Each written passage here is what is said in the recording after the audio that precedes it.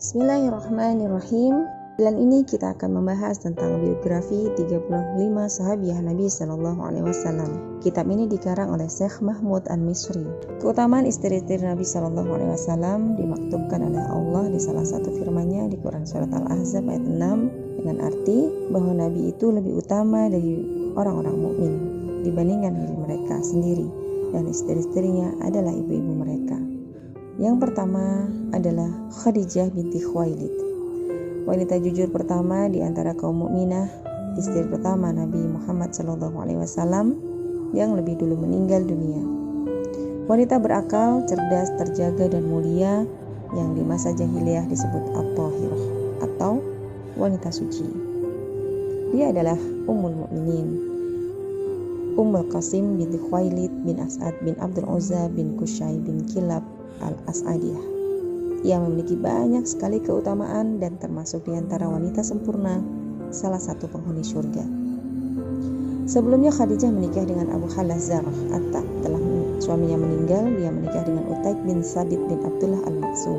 Pernikahan mereka berakhir pada suatu hari. Khadijah memimpikan matahari besar turun dari langit Mekah dan berada di dalam rumahnya, memenuhi seluruh isi rumah dengan cahaya, dan keindahan cahaya dari dalam rumah itu memancar hingga menyilaukan pandangan karena sangat terang. Dia kemudian bertanya kepada Waraqah bin Nawfal. Kemudian Waraqah berkata, "Arti mimpi tersebut, bergembiralah wahai saudara sepupuku. Jika Allah membenarkan mimpi, cahaya nubuah akan masuk ke dalam rumahmu, dan dari sana cahaya penutup para nabi akan memancar." Dalam kesehariannya, Khadijah adalah seorang saudagar. Dia sering menawarkan untuk memperdagangkan harta miliknya, termasuk menawarkan kepada Muhammad. Muhammad menerima tawaran tersebut, dan dari perdagangan itu Khadijah melihat kejujuran dan kebijaksanaan dari Muhammad. Waktu berlalu dan Khadijah menyampaikan maksud baik kepada Nafisah binti Munabbih. Nafisah kemudian menemui Muhammad dan berbicara kepada Muhammad untuk menikahi Khadijah, sehingga terselenggaralah pernikahan yang sangat agung. Dan yang menonjol dalam pernikahan tersebut adalah Khadijah mempersiapkan seluruh kenyamanan dan kecukupan. Khadijah tidak pelit dengan harta yang dia miliki, dia murah hati, dan dia mencintai orang yang dicintai suaminya, serta memuliakan orang yang dimuliakan suaminya. Sikap mulia yang memenuhi jiwa Khadijah dimaktubkan dalam satu kisah, yaitu ketika Halimah binti Abdullah bin Haris As-Sa'diyah datang ke rumah Nabi SAW. Beliau adalah ibu susua Nabi Muhammad ketika Nabi Muhammad kecil. Saat itu Halimah Sa'diyah menyampaikan kehidupan dan kekeringan yang melanda padang luas, sehingga mendapatkan kesulitan hidup dan kemiskinan. Kemudian Khadijah memberikan 40 ekor kambing, juga seekor unta yang membawa air, termasuk memberikan bekal seperlunya untuk kepulangan Halimah ke kampung halamannya. Demikian juga ketika Khadijah merasa bahwa Rasulullah mencintai Zaid bin Harithah, kemudian menghibahkan Zaid kepada Nabi. Suatu hari Rasulullah SAW ketika menerima wahyu yang pertama dan tubuhnya menggigil, beliau masuk menemui Khadijah binti Khuwailid lalu berkata, "Selimutilah aku," sehingga rasa takutnya hilang. Beliau berkata, "Khadijah, kenapa aku ini?" Kemudian dia menceritakan apa yang terjadi setelah itu. Khadijah berkata menenangkan beliau. Dia berkata, "Demi Allah, Allah tidak akan menghinakanmu selamanya. Engkau menyambung tali kekeluargaan, engkau jujur bertutur kata, engkau menanggung beban, membantu orang miskin, menjamu tamu, membantu orang kesusahan." Kemudian Khadijah membawa Nabi SAW menemui Waraqah bin Nawfal. Dia adalah saudara sepupu Khadijah. Ia memeluk agama Nasrani di masa jahiliyah dengan kitab Injil dan menerjemahkan kitab Injil dengan bahasa Ibrani. Aku bertanya, "Wahai saudara sepupuku, dengarkan kata-kata keponakanmu. Apa yang kau lihat Rasulullah?" Rasulullah menceritakan kejadian yang kemudian ditanggapi oleh Waraqah, bahwa itu adalah malaikat yang Allah turunkan kepada Musa. "Andai saja aku masih muda, andai saja aku masih hidup, maka jika engkau diusir, maka aku akan membelamu. dengan pembelaan yang kuat, jawab Waraqah.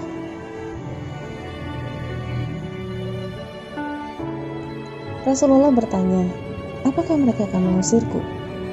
Kemudian dijawab oleh Waraqah, tak seorang pun yang membawa sesuatu seperti yang kau bawa, melainkan pasti dimusuhi, kata Waraqah.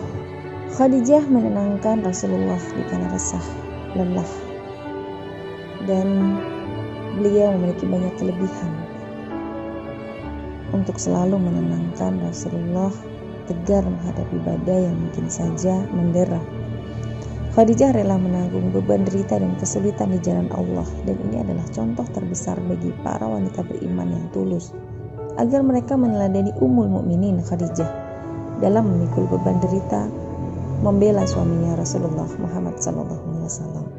Ia mendukung beliau untuk menyebarkan dakwah Islam di tengah-tengah kaum yang kemudian diteruskan ke seluruh belahan dunia. Setelah itu mendirikan daulah Islam. Khadijah mengetahui gangguan dan penghinaan yang dihadapi sang kekasih, namun dia meneguhkan hati dan meringankan beban berat beliau. Khadijah juga sabar untuk meluruskan kehidupan bersama Rasulullah SAW. Dan ini diriwayatkan dari Anas radhiyallahu anhu, ia berkata kepada Rasulullah SAW, saat itu Khadijah berada di dekat beliau, sungguh Allah mengucapkan salam kepada Khadijah. Khadijah kemudian berkata, Allah yang maha pemberi keselamatan, semoga kesejahteraan juga terlimpah kepada Jibril. Semoga kesejahteraan, rahmat dan berkah Allah sudah terterima kepada engkau. Itulah salah satu keutamaan yang menonjol pada diri Khadijah, yaitu menerima salam dari Allah Subhanahu wa taala. Ibnu Abbas menuturkan anak-anak Rasulullah SAW dari Khadijah. Ia berkata, Khadijah melahirkan 2 anak laki-laki dan 4 anak perempuan, yaitu Qasim, Abdullah, Fatimah, Ummu Kulthum. Semua anak laki-laki beliau meninggal dunia pada saat kecil, sementara anak-anak perempuan beliau menjumpai Islam dan mereka masuk Islam serta berhijrah. Ruqayyah dan Ummu Kulthum menikah dengan Utsman. Zainab menjadi istri Abu Hashim bin Abu Abdusyam. Fatimah menjadi istri Ali bin Abi Thalib.